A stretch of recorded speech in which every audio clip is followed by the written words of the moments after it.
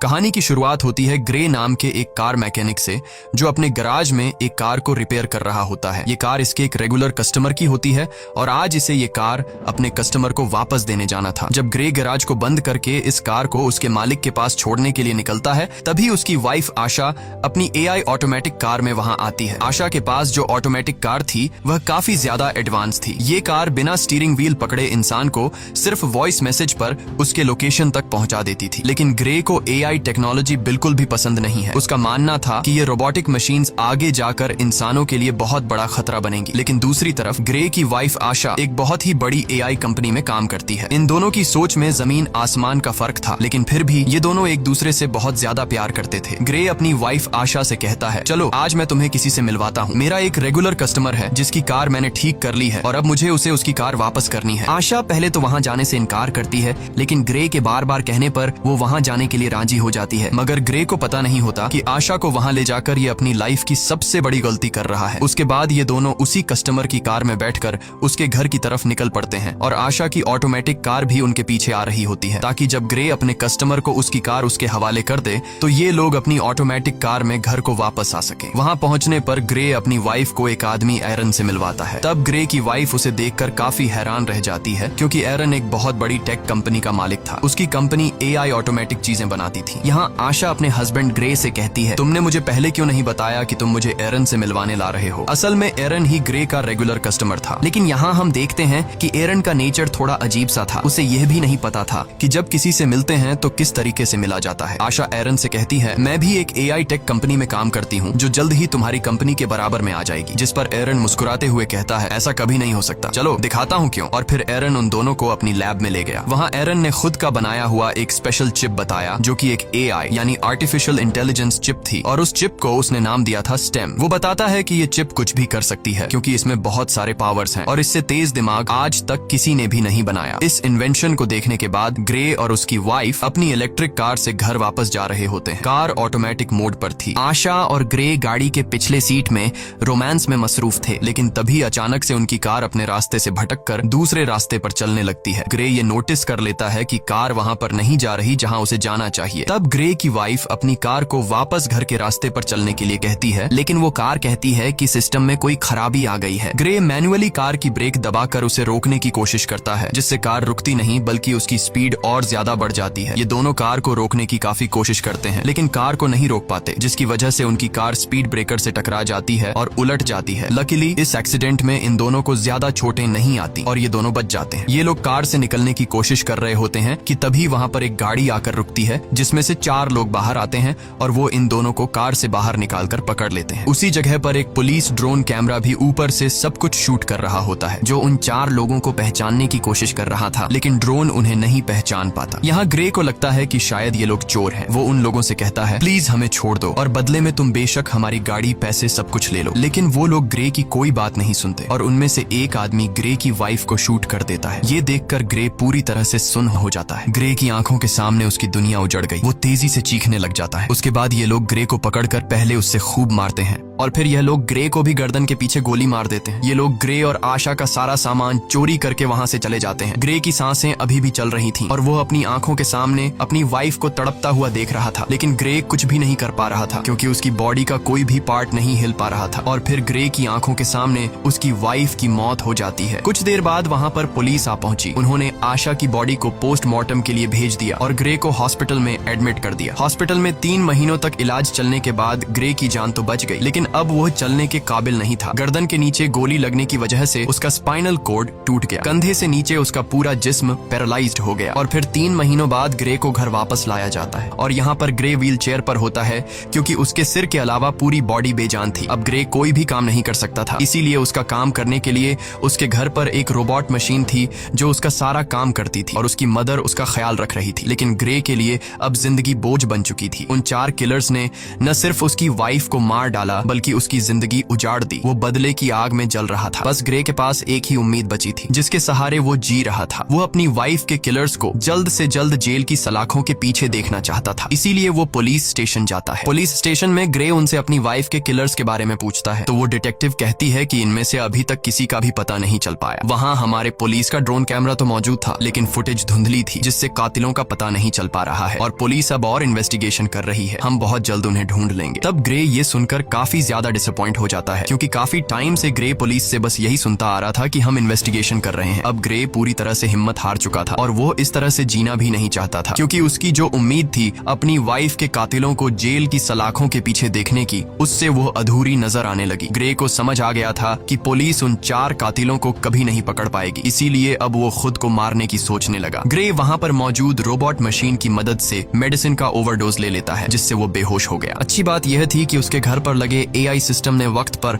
Ambulance को phone कर दिया, जिससे ग्रे की जान बच गई। और यहाँ ग्रे से मिलने उसका वही रेगुलर कस्टमर एरन आता है। वो ग्रे से कहता है, मुझे तुम्हारी ये हालत देखकर बहुत बुरा लग रहा है। एरन ग्रे को दोबारा अपने पैरों पर खड़ा होकर जीने की उम्मीद देता है और कहता है, ग्रे, क्या तुम्हें याद है मैंने तुम्हें एक बार एक पावरफुल AI चिप दिखाई थी। अगर तुम उसे अपनी बॉडी के अंदर लगा दो तो तुम एक बार फिर से चलने के काबिल हो जाओगे, साथ ही साथ बहुत ज्यादा पावरफुल भी हो जाओगे। लेकिन ग्रे एरन की इस ऑफर से इनकार कर देता है। ग्रे कहता है, अब मैं ये जिंदगी नहीं जीना चाहता। तब एरन उससे कहता है, सोच लो ग्रे, ये चिप तुम्हारी वाइफ को तो जिंदा नहीं कर सकती, लेकिन तुम्हें एक बार फिर जीने का मौका दे सकती है। अगर तुम्हारी वाइफ भी जिंदा होती तो वो भी यही चाहती। ये बात ग्रे के दिमाग को टच कर गई। वो सोचने लगा कि अगर मैं ठीक हो गया तो अपनी वाइफ का बदला ले सकूंगा, इसीलिए वो एरन की बात मान जाता है। अब यहाँ पर हम ये जान पाते हैं कि एरन को ग्रे से कोई हमदर्दी नहीं थी। वो बस ग्रे के पास अपने मकसद के लिए ही आया था, क्योंकि वह अपनी AI चिप को किसी की भी बॉडी में इंसर्ट करना चाहता था। वो चेक करना चाहता था कि उसका इन्वेंशन सक्सेसफुल है भी या फिर नहीं। इसीलिए एरन वो चिप ग्रे की बॉडी में डालकर सीक्रेटली एक्सपेरिमेंट करना चाहता है, क्योंकि गवर्नमेंट इस तरह के एक्सपेरिमेंट्स करने की इजाजत नहीं देती। अगले सीन में हम देखते हैं कि एरन अपने घर में ग्रे की बॉडी पर एक्सपेरिमेंट कर रहा होता है। यहाँ ग्रे की स्पाइनल कॉर्ड में वो चिप इम्प्लांट की जाती है। वो चिप सीधा ग्रे के दिमाग से जुड़ गया। ऑपरेशन के कुछ घंटे बाद ग्रे को होश आता है तो डॉक्टर उसके हाथ और पांव को मूव करने की कोशिश करती है और ये चेक करती है कि क्या ग्रे अपने हाथ और पांव को अब महसूस कर पा रहा है या फिर नहीं। तब ग्रे की हालत देखकर वो लोग समझ जाते हैं कि चिप ने ग्रे की बॉडी पर असर नहीं किया। एरन बहुत ज्यादा मायूस हो जाता है, क्योंकि उसके इतने सालों की मेहनत जाया हो गई थी। लेकिन तभी ग्रे अपने हाथों को मूव करने लगता है। ये देखकर वो लोग हैरान रह जाते हैं, और अब ग्रे अपने दोनों हाथों को मूव कर पा रहा था। और फिर देखते ही देखते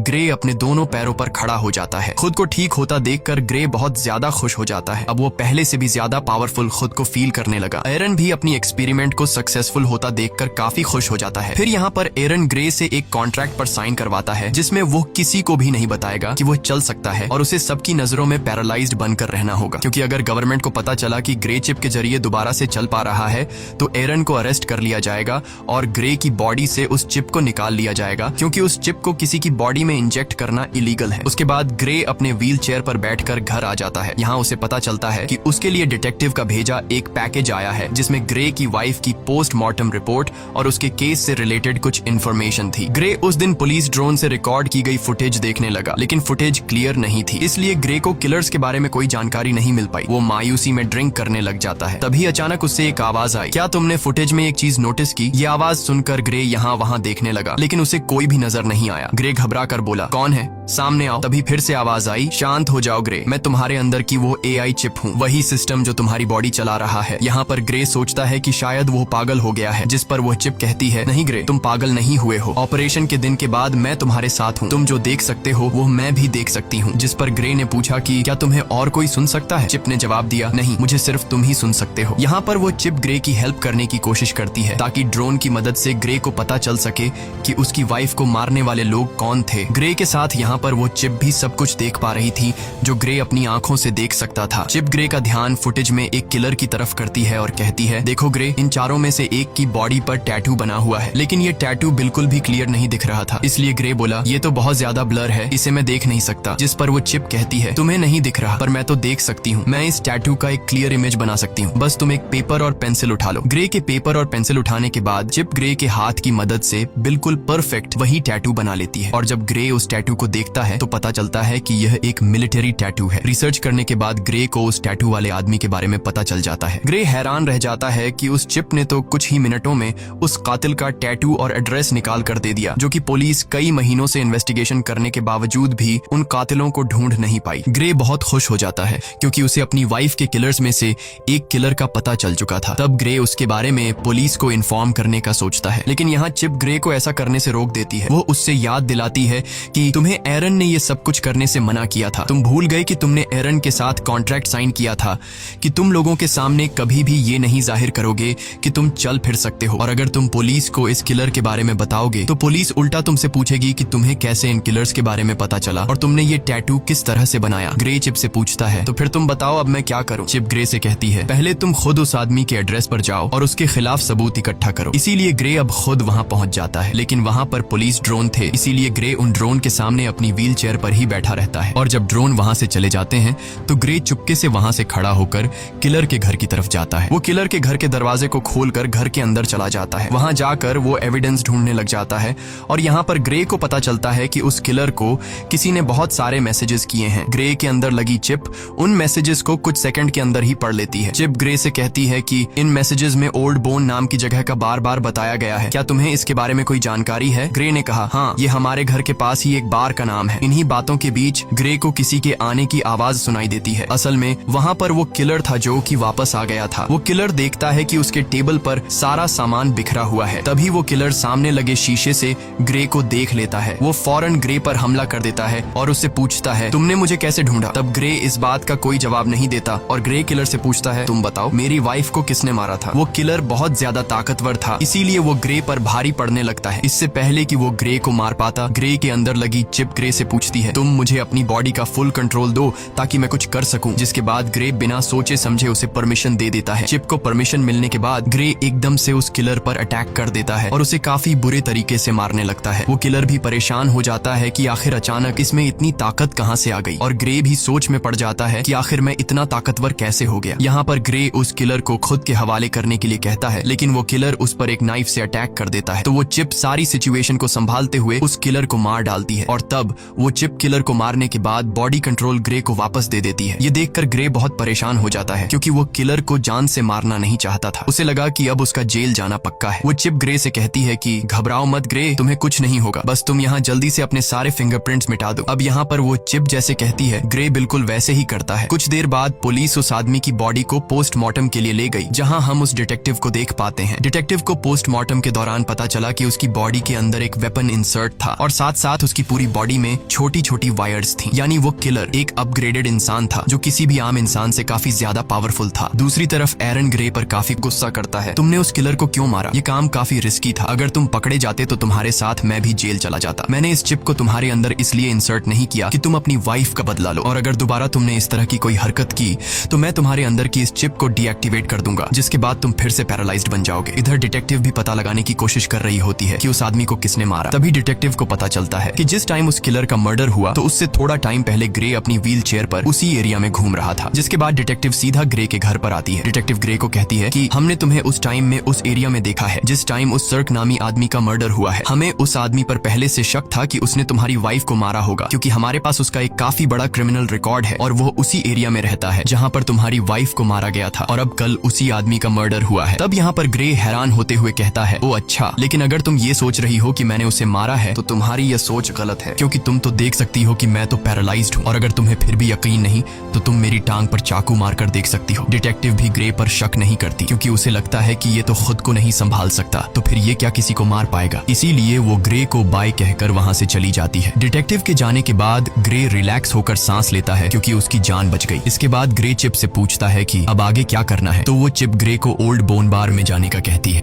वो चिप कहती है, याद है हमें उस किलर के घर से मैसेजेस में कई दफा इस बार के बारे में बताया गया था, हमें वहां पर जाना चाहिए, शायद तुम्हें वहां कोई क्लू मिल जाए। इसके बाद हम देखते हैं कि ग्रे उसी बार में जाता है। ये बार बहुत ज्यादा खतरनाक थी, सब के सब वहां पर गुंडे बैठे हुए थे। ग्रे यहाँ आकर ऊंची आवाज से कहता है, मैं कुछ दिन पहले सर्क नाम के एक आदमी को मार चुका हूँ, लेकिन मुझे पता है कि उसके साथ 3 लोग और भी थे जिन्होंने मेरी वाइफ को मार डाला। अगर कोई भी सर्क के साथ इस मर्डर में शामिल था तो वो अपना हाथ उठाए। ये सुनकर सब ग्रे पर हंस पड़ते हैं। तभी टोलन नाम का एक लंबे कद का आदमी उठा और उसने ग्रे से कहा, घर जा बच्चे, वरना मैं तुझे भी तुम्हारी वाइफ के पास पहुंचा दूंगा। ग्रे समझ गया कि टोलन भी मेरी वाइफ को मारने में शामिल था। ग्रे जवाब देता है, पता है मरने से पहले सर्क भी तुम्हारी तरह यही बोल रहा था। ये सुनकर टोलन को बहुत ज्यादा गुस्सा आया। वो अपने आदमियों के साथ ग्रे को अकेले में ले जाकर व्हील चेयर से उठाकर जमीन पर गिरा देते हैं। तब ग्रे उससे पूछता है, क्या तुम भी वहाँ पर उन लोगों के साथ शामिल थे जिन्होंने मेरी वाइफ को मारा था? तो टोलन कहता है, हाँ मैं भी उनमें शामिल था, बस फिर क्या। ये सुनकर ग्रे चिप को अपनी पूरी पूरी बॉडी का कंट्रोल दे देता है, जिसके बाद चिप की मदद से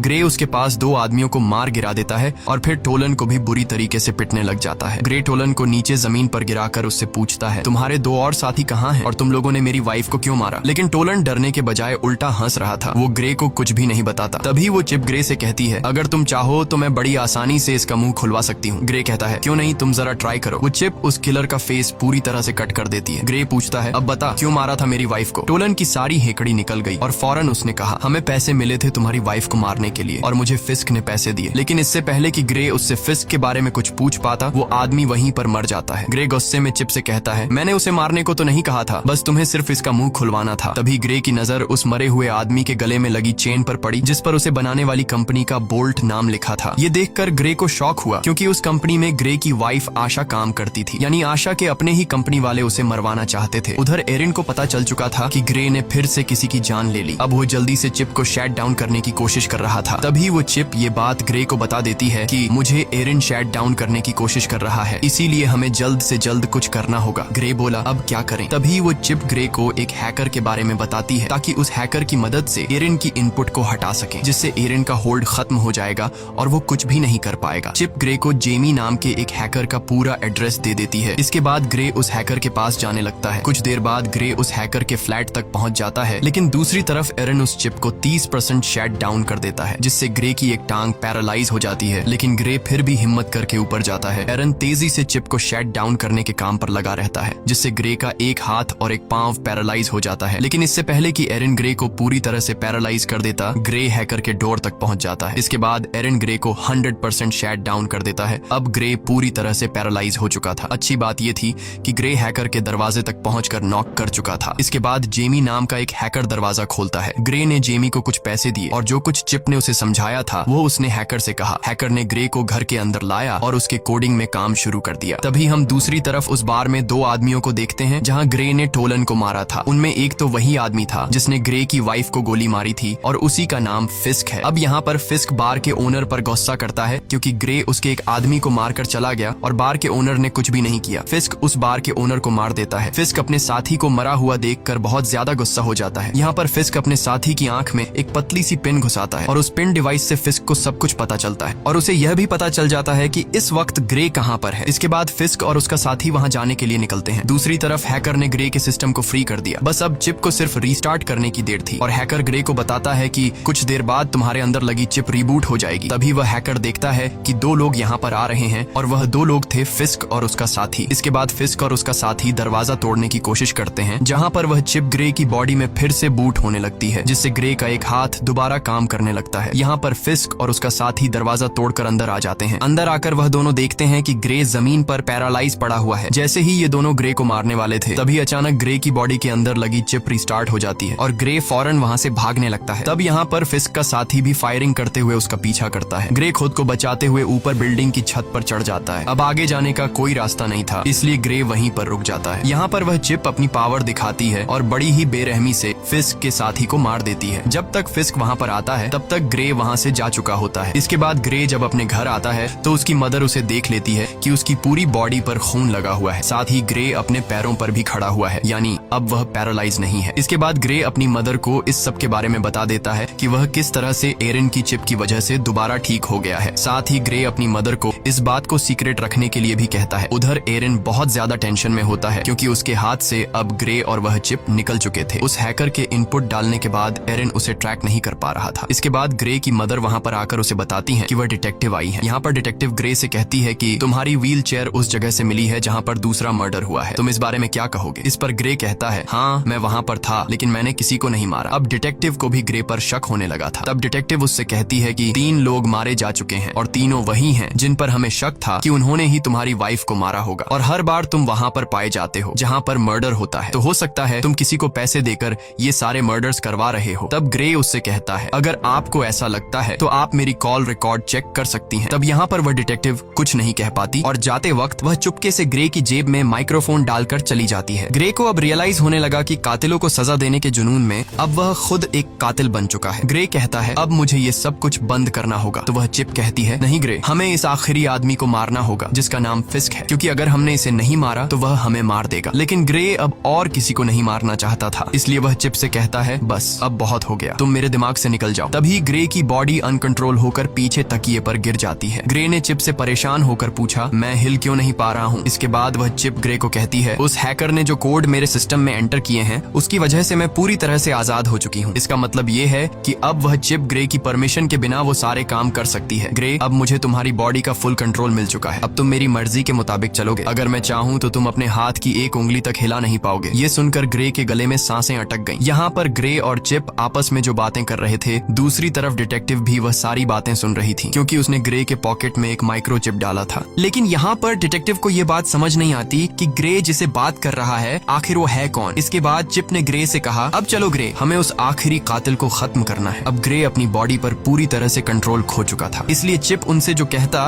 वो मानने को तैयार हो जाता है। ग्रे ने एक गन उठाई और फिस्क को मारने की तैयारी करने लगा। उसकी मदर उसे रोकने की कोशिश करती है, लेकिन वो उसे अनसुना करके गाड़ी में बैठकर निकल पड़ता है। यहाँ पर डिटेक्टिव भी ग्रे का पीछा करने लगती है। इसके बाद ग्रे को अपनी पॉकेट से वो माइक्रोफोन मिल जाता है, तो वो चिप कहती है कि यह माइक्रोफोन जरूर उस डिटेक्टिव ने ही रखा होगा। ग्रे माइक्रोफोन फेंकता है और उसे पता चलता है कि डिटेक्टिव उसका पीछा कर रही हैं। तब डिटेक्टिव से पीछा छुड़वाने के लिए वो चिप एक इलेक्ट्रिक कार को हैक करके डिटेक्टिव की गाड़ी से एक्सीडेंट करवा देती है, जिससे ये डिटेक्टिव को पीछे छोड़ देते हैं। इसके बाद डिटेक्टिव ग्रे की मदर के पास जाती है और उस सब के बारे में पूछती है जो वहाँ पर चल रहा था। उधर ग्रे फिस्क को ढूंढ लेता है और वो गन पॉइंट पर उसे पूछता है कि मेरी वाइफ को तुमने क्यों मारा। जिस पर फिस्क कहता है, हमारा तुम्हारी वाइफ के साथ कोई लेना देना नहीं था, हमारा निशाना सिर्फ तुम थे, हमारा मकसद तुम्हारी रीढ़ की हड्डी काटना था। जब मैंने तुम्हारे गले में गोली मारी तुमने समझा कि वो गोली थी, लेकिन असल में वो एक मेडिकल टूल था जिसने तुम्हारा स्पाइनल कोड डैमेज कर दिया, और तुम्हारी वाइफ, उसे तो हमने सिर्फ एक्स्ट्रा पैसों के लिए मार दिया था। ये सुनकर ग्रे गुस्से से भड़क उठा और अब उन दोनों के बीच फाइट शुरू हुई। फिस्क भी एक अपग्रेड ह्यूमन था, लेकिन पुराने मॉडल का, इसीलिए वो ग्रे की पावर के सामने ज्यादा देर तक टिक नहीं पाया और ग्रे फिस्क को बड़ी बेरहमी से मार देता है। इसके बाद ग्रे उसका फोन चेक करने लगता है, तो फोन रिकॉर्डिंग से ग्रे को पता चलता है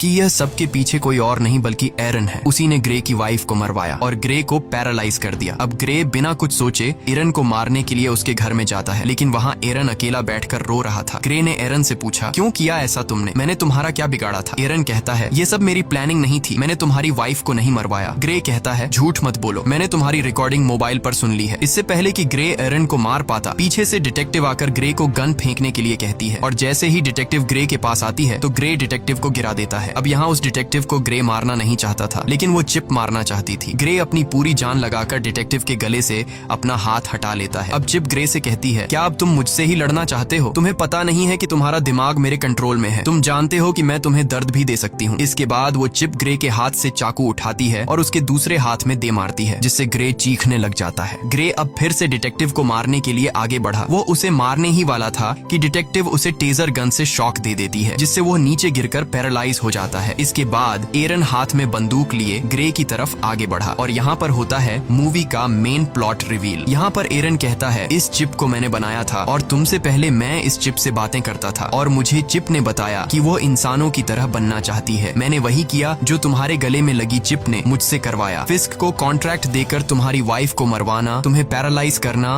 और तुम्हारी गर्दन पर वो चिप लगवाना, सब कुछ उसी चिप का प्लान था। मैंने इस चिप को बनाया तो है, लेकिन मैं इसे पूरी तरह कंट्रोल नहीं कर सका। ये चिप किसी इंसान के शरीर में घुसकर उसे अपनी मर्जी के फैसले करवाना चाहती थी और इस चिप ने तुम्हें चूज किया था। ये बातें सुनकर ग्रे काफी हैरान हो जाता है। एरन बताता है कि ये चिप मुझे मारना चाहती है क्योंकि अगर मैं जिंदा रहा तो इसी के जैसी एक और AI चिप बना दूंगा और चिप यह नहीं चाहती कि इस जैसा और कोई भी हो, इसीलिए वो मुझे मारना चाहती है। और यहाँ पर वह चिप कहती है, हाँ यह मेरा ही प्लान था, मैं जिंदा इंसान बनना चाहती थी, इसीलिए मैंने यह सब कुछ कर दिया। इस बार इस चिप की बातों को एरन और डिटेक्टिव भी सुन पाते हैं। यहाँ पर वह चिप एक बार फिर से एक्टिवेट हो जाती है और वह फौरन एरन को मार देती है। अब वह चिप डिटेक्टिव को भी मारने की कोशिश करती है। यहाँ पर ग्रे पूरा जोर लगाकर उसके निशाने को गलत कर देता है। गुस्से में आकर चिप ने ग्रे की गर्दन पर पिस्टल तान दी और अगले ही पल कुछ अजीब हुआ। जब ग्रे की आंख खुलती है तो खुद को एक हॉस्पिटल की बेड पर पाता है। यहाँ पर वह चिप को आवाज देता है, लेकिन उसे कोई भी रिस्पॉन्स नहीं आता और तभी उसकी वाइफ भी उसके सामने ही होती है। उसकी वाइफ उसे बताती है कि हमारा एक्सीडेंट हो गया था और तुम बहुत दिनों से बेहोश थे। तो फिर क्या ये सब कुछ एक सपना था? बिल्कुल नहीं। असल में इस चिप ने ग्रे के दिमाग को उसके शरीर से बिल्कुल डिस्कनेक्ट कर दिया था और उसे एक खूबसूरत उसके सपनों की दुनिया में भेज दिया। ग्रे का माइंड वहाँ पर खो गया था, जबकि उसका शरीर असली दुनिया में चिप के कंट्रोल में था। चिप अब डिटेक्टिव को भी मारने वाली थी। डिटेक्टिव उससे कहती है, ग्रे तुम ऐसा नहीं कर सकते। तो वह चिप कहती है, ग्रे अब यहाँ पर नहीं है, वह बहुत ही अच्छी जगह पर है, अपने अपने सपनों की दुनिया में जहां उसे होना चाहिए, और अब इस बॉडी पर मेरा कब्जा है। और यह कहकर वह चिप डिटेक्टिव को शूट कर देती है और इसी के साथ ये कहानी खत्म हो जाती है। अगर वीडियो आपको अच्छी लगी हो